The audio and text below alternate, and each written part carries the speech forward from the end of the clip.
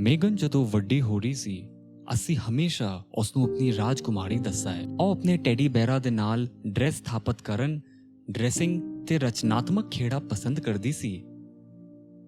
ਤੇ ਫਿਰ ਉਸ ਕੋਲ ਚਾਹ ਪੀਣ ਵਾਲਾ ਸਾਮਾਨ ਸੀ। ਉਹ ਸਾਨੂੰ ਚਾਹ ਦਾ ਪਿਆਲਾ ਬਣਾ ਕੇ ਸਾਡੇ ਕੋਲ ਲਿਆਉਂਦੀ ਸੀ। ਇਹ ਉਸ ਦਾ ਸੁਭਾਅ ਸੀ। ਉਹ ਦਿਆਲੂ, ਵਿਚਾਰਵਾਨ ਸੀ। ਜੇ ਉਹ ਕਿਸੇ ਨੂੰ ਵੇਖਦੀ, ਉਹ ਉਹਨਾਂ ਨੂੰ ਜਾਣਨ ਦੀ ਕੋਸ਼ਿਸ਼ ਕਰਦੀ ਸੀ ਤੇ ਉਹਨਾਂ ਨਾਲ ਗੱਲਬਾਤ ਕਰਦੀ ਅਤੇ ਦੋਸਤਾਂ ਬਣਾਉਂਦੀ ਸੀ। ਉਸਨੂੰ ਸੰਗੀਤ, ਥੀਏਟਰ ਅਤੇ ਡਰਾਮਾ ਬੇਹੱਦ ਪਸੰਦ ਸੀ ਅਤੇ ਉਹ ਬਹੁਤ ਡਰਦੀ ਸੀ। ਇੰਨੀ ਚੁੱਪ ਸੀ ਤੇ ਫਿਰ ਤੁਸੀਂ ਉਸਨੂੰ ਸਟੇਜ ਤੇ ਭੇਜ ਦਿੰਦੇ ਤੇ ਹੈਰਾਨ ਹੁੰਦੀ, ਵਾਹ ਕੀ ਇਹ ਸਾਡੀ ਮੇਗਨ ਹੈ। ਉਸਨੇ ਆਪਣਾ ਪਹਿਲਾ ਪ੍ਰਦਰਸ਼ਨ ਇਕੱਲਾ ਕੀਤਾ ਤੇ ਇਹ ਹੈਰਾਨੀਜਨਕ ਸੀ ਅਤੇ ਇਹ ਵੇਖ ਕੇ ਹੈਰਾਨੀ ਹੋਈ ਕਿ ਹਰ ਕੋਈ ਉਸ ਤੋਂ ਪ੍ਰਭਾਵਿਤ ਹੋ ਗਿਆ ਸੀ ਅਤੇ ਉਸ ਤੋਂ ਬਾਅਦ ਸਭ ਉਸ ਦੀ ਪ੍ਰਸ਼ੰਸਾ ਕਰਨ ਲੱਗੇ ਤੇ ਤਾੜੀਆਂ ਮਾਰਨ ਲੱਗੇ। ਇਹ ਬਹੁਤ ਚੰਗਾ ਸੀ, ਨਹੀਂ ਸੀ? ਹਾਂਜੀ। ਉਹ ਆਪਣੇ ਛੋਟੇ ਭਰਾ ਨਾਲ ਸਮਾਂ ਬਿਤਾਉਣ ਤੋਂ ਇਲਾਵਾ ਹੋਰ ਕੁਝ ਨਹੀਂ ਚਾਹੁੰਦੀ ਸੀ। ਉਹ ਸੈਟੀ ਤੇ ਲੇਟੇ ਰਹਿੰਦੇ ਸਨ, ਟੈਲੀ ਵੇਖਦੇ ਸਨ। ਇੱਕ ਚੀਜ਼ ਜੋ ਹਮੇਸ਼ਾ ਰਹੇਗੀ, ਜੋ ਛੋਟੇ ਵੀਡੀਓਜ਼ ਉਹ ਬਣਾਉਂਦੇ ਸਨ।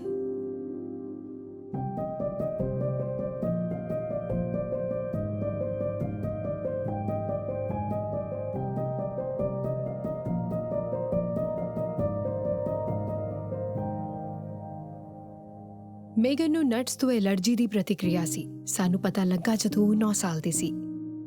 ਉਹ ਪਫੀ ਅੱਖਾਂ, ਹਲਕੀ ਖੁਜਲੀ ਅਤੇ ਘਰਘਰਾਉ ਨਾਲ ਸ਼ੁਰੂ ਹੋਈ ਅਤੇ ਅਸੀਂ ਜੀਪੀ ਨੂੰ ਮਿਲਣ ਗਏ। ਜੀਪੀ ਨੇ ਉਸ ਸਮੇਂ ਪੈਰੀਟੋਨ ਨਿਰਧਾਰਿਤ ਕੀਤਾ ਤੇ ਫਿਰ ਸਾਨੂੰ ਉਸਦੇ ਹੋਰ ਟੈਸਟ ਕਰਵਾਉਣ ਲਈ ਭੇਜਿਆ ਗਿਆ। ਵੇਖਿਆ ਗਿਆ ਕਿ ਹੋਰ ਕਿਹੜੀਆਂ ਚੀਜ਼ਾਂ ਸਨ ਜਿਨ੍ਹਾਂ ਤੋਂ ਉਸਨੂੰ ਅਸਲ ਐਲਰਜੀ ਹੈ। ਇਸ ਦੀ ਪੁਸ਼ਟੀ ਹੋਈ ਕਿ ਉਸਨੂੰ ਨਟਸ ਤੋਂ ਐਲਰਜੀ ਸੀ। ਉਸ ਦਿਨ ਤੋਂ ਬਾਅਦ ਉਸਨੇ ਕਦੇ ਨਟਸ ਨਹੀਂ ਖਾਧਾ ਤੇ ਨਾ ਹੀ ਸੰਪਰਕ ਵਿੱਚ ਆਈ ਉਸ ਸਮੇਂ ਤੱਕ ਜਦ ਤੱਕ ਇਸ ਦੀ ਸਖਤ ਪ੍ਰਤੀਕਿਰਿਆ ਹੋਈ। ਇਹ ਕ੍ਰਿਸਮਸ ਤੋਂ ਠੀਕ ਬਾਅਦ ਸੀ। ਮੇਗਨ ਨੇ ਉਸ ਦਿਨ ਲਈ ਆਪਣੇ ਦੋਸਤਾਂ ਨਾਲ ਬਾਹਰ ਜਾਣ ਦਾ ਪ੍ਰਬੰਧ ਕੀਤਾ ਸੀ। ਗੇਮਾ ਨੇ ਮੈਨੂੰ ਉਸ ਪਬ ਤੇ ਛੱਡ ਦਿੱਤਾ ਸੀ ਜਿੱਥੇ ਮੈਂ ਆਪਣੇ ਦੋਸਤਾਂ ਨਾਲ ਕੁਝ ਪੀ ਰਿਹਾ ਸੀ। ਮੈਂ ਉੱਥੇ ਲਗਭਗ 1 ਘੰਟਾ ਰਿਹਾ ਤੇ ਅਚਾਨਕ ਮੇਰੇ ਪਿਤਾ ਜੀ ਦਰਵਾਜ਼ੇ ਤੋਂ ਆ ਗਏ ਤੇ ਕਹਿਣ ਲੱਗੇ, ਐਡਮ, ਤੁਹਾਨੂੰ ਮੇਰੇ ਨਾਲ ਆਉਣ ਦੀ ਜ਼ਰੂਰਤ ਹੈ। ਪਹਿਲੇ ਇਹ ਰਜਿਸਟਰ ਨਹੀਂ ਹੋਇਆ। ਉਹਨਾਂ ਨੇ ਫਿਰ ਤੋਂ ਆਪਣੇ ਆਪ ਨੂੰ ਕਿਹਾ। ਉਸਨੇ ਕਿਹਾ, ਤੁਹਾਨੂੰ ਹੁਣੇ ਮੇਰੇ ਨਾਲ ਆਉਣ ਦੀ ਜ਼ਰੂਰਤ ਹੈ। ਮੇਗਨ ਸਾਹ ਨਹੀਂ ਲੈ ਰਹੀ। ਅਤੇ ਉਸ ਤੋਂ ਬਾਅਦ ਘਰ ਤੱਕ ਦੀ ਯਾਤਰਾ ਧੁੰਦਲੀ ਸੀ।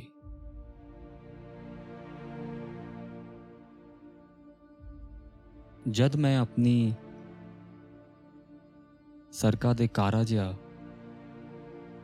ਮੈਂ ਸਿਰਫ ਫਲੈਸ਼ ਲਾਈਟਾਂ, ਐਂਬੂਲੈਂਸਾਂ ਵੇਖਿਆ।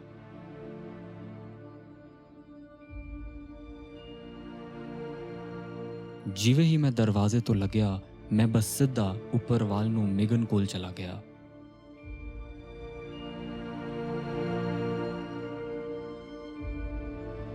ਉਹ ਮਨ ਦੇ ਨਕਸ਼ਿਆਂ ਤੇ ਸੋਧ ਕਰਦੀ ਸੀ ਕਿ ਨਹੀਂ, ਇਸ ਲਈ ਉਸਨੇ ਸਾਰੇ ਪਾਸੇ ਤੋਂ ਚੀਜ਼ਾਂ ਬਾਹਰ ਕੱਢੀਆਂ, ਕਾਰਡ ਜਿਨ੍ਹਾਂ ਵਿੱਚ ਕੁਝ ਲਿਖਿਆ ਸੀ ਉਸਨੂੰ ਯਾਦ ਕਰਨ ਲਈ। ਸੋ ਇਹ ਸਭ ਗਰਮੀ ਤੋਂ ਪਹਿਲਾਂ ਉਸਦੀ ਵਿਖਾਵੇ ਵਾਲੀ ਪ੍ਰੀਖਿਆਵਾਂ ਤੋਂ ਪਹਿਲਾਂ ਹੋਇਆ ਸੀ ਅਤੇ ਫਿਰ ਕ੍ਰਿਸਮਸ ਦੇ ਸਮੇਂ ਉਸਦੀ GCSE ਬਣਨ ਜਾ ਰਹੀ ਸੀ ਜਦੋਂ ਉਹ ਵਾਪਸ ਜਾਂਦੀ ਹੈ ਅਤੇ ਉਸਨੇ ਸਾਰਾ ਕ੍ਰਿਸਮਸ ਬਿਤਾਇਆ ਕਿ ਨਹੀਂ, ਸੰਸ਼ੋਧਨ ਅਤੇ ਅਸੀਂ ਸਕੂਲ ਜਾਵਾਂਗੇ। ਬਸ ਜਿਵੇਂ ਬਾਹਰ ਆਓ, 1 ਘੰਟਾ ਆਓ ਅਤੇ ਸਾਡੇ ਨਾਲ 1 ਘੰਟੇ ਲਈ ਥੋੜ੍ਹਾ ਸਮਾਂ ਬਿਤਾਓ। ਅਤੇ ਇਹ ਬਹੁਤ ਭਿਆਨਕ ਮਹਿਸੂਸ ਹੋਇਆ ਕਿ ਉਸਨੇ ਸਭ ਕੁਝ ਕੀਤਾ ਹੋਏਗਾ ਤੇ ਫਿਰ ਉਸਨੂੰ ਇਮਤਿਹਾਨ ਦੇਣ ਦਾ ਮੌਕਾ ਵੀ ਨਹੀਂ ਮਿਲਿਆ।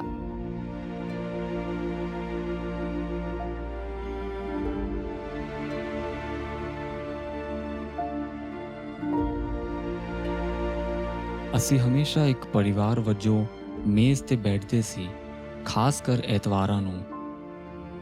ਅਸੀਂ ਅੱਜ ਇਹ ਕਾਰਨ ਦੀ ਕੋਸ਼ਿਸ਼ ਕੀਤੀ ਆ ਕਿਉਂਕਿ ਅਸੀਂ ਮੇਗਨ ਨੂੰ ਗਵਾ ਦਿੱਤੇ ਆ ਤੇ ਸਾਡਾ ਇਹ ਹੀ ਸਭ ਤੋਂ ਮੁਸ਼ਕਿਲ ਚੀਜ਼ਾਂ ਵਿੱਚੋਂ ਇੱਕ ਸੀ। ਉਸਦੇ ਸਾਰੇ ਦੋਸਤ ਮੇਰੇ ਨਾਲ ਸੰਪਰਕ ਵਿੱਚ ਰਹਿੰਦੇ ਹਨ ਅਤੇ ਮੈਂ ਉਹਨਾਂ ਸਾਰਿਆਂ ਨੂੰ ਉਦੋਂ ਵੇਖਿਆ ਜਦੋਂ ਉਹਨਾਂ ਨੇ ਕੀਤਾ, ਜਦੋਂ ਇਹਨਾਂ ਨੂੰ GCSE ਨਤੀਜੇ ਪ੍ਰਾਪਤ ਹੋਏ ਅਤੇ ਉਹਨਾਂ ਵਿੱਚੋਂ ਹਰ ਇੱਕ ਨੇ ਸ਼ਾਨਦਾਰ ਪ੍ਰਦਰਸ਼ਨ ਕੀਤਾ ਅਤੇ ਉਹਨਾਂ ਸਭ ਲਈ ਇਸ ਵਿੱਚੋਂ ਲੰਘਣਾ ਕਿ ਉਹਨਾਂ ਨੇ ਕਿਸੇ ਨੂੰ ਗਵਾ ਦਿੱਤਾ ਹੈ ਇੰਨੀ ਛੋਟੀ ਉਮਰ ਵਿੱਚ। ਉਹਨਾਂ ਨੂੰ ਇਹ ਗੱਲ ਇਸ ਢੰਗ ਨਾਲ ਪ੍ਰਭਾਵਿਤ ਕੀਤੀ ਕਿ ਉਹ ਬਸ ਗਏ ਅਤੇ ਇਸ ਨੂੰ ਪੂਰਾ ਕੀਤਾ ਅਤੇ ਉਹਨਾਂ ਨੇ ਅਜਿਹਾ ਕੀਤਾ ਕਿਉਂਕਿ ਉਹ ਜਾਣਦੇ ਸਨ ਕਿ ਮੇਗਨ ਇਹੀ ਚਾਹੁੰਦੀ ਸੀ ਅਤੇ ਮੇਗਨ ਉਹਨਾਂ 'ਤੇ ਬਹੁਤ ਮਾਣ ਕਰੇਗੀ। ਅਸੀਂ ਆਪਣੀ ਕਹਾਣੀ ਨਹੀਂ ਬਦਲ ਸਕਦੇ ਜਿੱਦਾਂ ਅਸੀਂ ਚਾਹੁੰਦੇ ਹਾਂ। ਮੇਰਾ ਮਤਲਬ ਹੈ ਹਰ ਦਿਨ ਅਸੀਂ ਜਾਗਦੇ ਹਾਂ ਤੇ ਉਮੀਦ ਕਰਦੇ ਹਾਂ ਕਿ ਇੱਕ ਸੁਪਨਾ ਸੀ, ਪਰ ਅਜਿਹਾ ਨਹੀਂ। ਪਰ ਜੋ ਅਸੀਂ ਕਰ ਸਕਦੇ ਹਾਂ ਉਹ ਦੂਜਿਆਂ ਦੀ ਮਦਦ ਕਰਨਾ ਅਤੇ ਇਸ ਕਹਾਣੀ ਨੂੰ ਦੁਬਾਰਾ ਕਿਸੇ ਹੋਰ ਪਰਿਵਾਰ ਵਿੱਚ ਹੋਣ ਤੋਂ ਰੋਕਣਾ। ਜੇ ਕਾਰੋਬਾਰਾਂ ਨੂੰ ਆਪਣੇ ਉਤਪਾਦਾਂ ਵਿੱਚ ਸਾਮੱਗਰੀ ਬਾਰੇ 100% ਯਕੀਨ ਨਹੀਂ ਹੁੰਦਾ, ਫਿਰ ਮੈਂ ਕਹਾਂਗਾ ਕਿ ਤੁਹਾਨੂੰ ਗ੍ਰਾਹਕਾਂ ਨੂੰ ਸਪਲਾਈ ਨਹੀਂ ਕਰਨੀ ਚਾਹੀਦੀ। ਅਫਸੋਸ ਨਾਲੋਂ ਸੁਰੱਖਿਅਤ ਰਹਿਣਾ ਬਿਹਤਰ ਹੈ। ਜਿਨ੍ਹਾਂ ਨੂੰ ਐਲਰਜੀ ਹੁੰਦੀ ਹੈ ਉਹ ਆਮ ਤੌਰ ਤੇ ਇਸ ਤਰ੍ਹਾਂ ਰੋਲ ਕਰਦੇ ਹਨ, ਇਸ ਲਈ ਥੋੜੇ ਜਿਹੇ ਆਦਰਸ਼ ਬਣ ਜਾਂਦੇ ਹਨ। ਇਸ ਲਈ ਉਹ ਆਖਿਰਕਾਰ ਕਿਸੇ ਵੀ ਤਰ੍ਹਾਂ ਜਾਂਚ ਕਰਨਗੇ, ਪਰ ਇਹ ਇਸ ਬਾਰੇ ਹੈ ਕਿ ਉਹਨਾਂ ਨੂੰ ਕੀ ਜਾਣਕਾਰੀ ਦਿੱਤੀ ਜਾਂਦੀ ਹੈ। ਉਹ ਪ੍ਰਸ਼ਨ ਪੁੱਛ ਸਕਦੇ ਹਨ, ਪਰ ਉਹਨਾਂ ਨੂੰ ਇਹ ਜਾਣਨ ਦੀ ਜ਼ਰੂਰਤ ਹੈ ਕਿ ਜਵਾਬਾਂ ਦੀ ਪੂਰਤੀ ਕੌਣ ਕਰ ਰਿਹਾ ਹੈ। ਕਿਸੇ ਤੋਂ ਆ ਰਿਹਾ ਹੈ ਜਿਸ ਨੂੰ ਪੂਰਾ ਭਰੋਸਾ ਹੈ ਕਿ ਉਹ ਜਾਣਦੇ ਹਨ ਕਿ ਇਸ ਵਿੱਚ ਕੀ ਹੈ। ਇਹ ਇੱਕ ਮਿਆਰ ਹੋਣਾ ਚਾਹੀਦਾ ਹੈ। ਅਸੀਂ ਹੁਣ ਹਰ ਰੋਜ਼ ਜਿਉਂਦੇ ਹਾਂ ਤੇ ਇਸ ਬਾਰੇ ਸੋਚ ਰਹੇ ਹਾਂ ਕਿ ਜੇਕਰ ਅਤੇ ਅਸੀਂ ਜਾਣਦੇ ਹਾਂ ਕਿ ਮੇਗਨ ਨੂੰ ਗੁਆਉਣਾ ਨਹੀਂ ਹੋਣਾ ਚਾਹੀਦਾ ਸੀ, ਅਤੇ ਅਸੀਂ ਜਾਣਦੇ ਹਾਂ ਕਿ ਜੇਕਰ ਸਾਵਧਾਨੀਆਂ ਵਰਤੀਆਂ ਜਾਂਦੀਆਂ ਤੇ ਇਹ ਨਾ ਹੁੰਦਾ, ਅਤੇ ਅਸੀਂ ਜਾਣਦੇ ਹਾਂ ਕਿ ਇਸ ਤੋਂ ਬਚਿਆ ਜਾ ਸਕਦਾ ਸੀ। ਇਹ ਇਸ ਦੇ ਗਲਤ ਹੋਣ ਦੇ ਪ੍ਰਭਾਵ ਹਨ। ਅਲਰਜੀਨਸ ਦੇ ਪ੍ਰਤੀ ਸਹੀ ਰਵੱਈਆ ਨਹੀਂ ਰੱਖਣਾ। ਅਸੀਂ ਹੁਣ ਕਿਸੇ ਵਿਅਕਤੀ ਜਾਂ ਕਾਰੋਬਾਰ ਦੇ ਗਲਤ ਹੋਣ ਬਾਰੇ ਇਸ ਗੱਲ ਦਾ ਸਬੂਤ ਹਾਂ। ਅਸੀਂ ਇਸ ਤੱਥ ਦੇ ਨਾਲ ਜੀ ਰਹੇ ਹਾਂ ਕਿ ਅਸੀਂ ਮੇਗਨ ਨੂੰ ਗੁਆ ਦਿੱਤਾ ਹੈ, ਪਰ ਜੋ ਲੋਕ ਲਾਪਰਵਾਹ ਰਹੇ ਨੇ ਉਹ ਇਸ ਤੱਥ ਨਾਲ ਜੀ ਰਹੇ ਨੇ ਕਿ ਉਹੀ ਸਭ ਦਾ ਕਾਰਨ ਹਨ।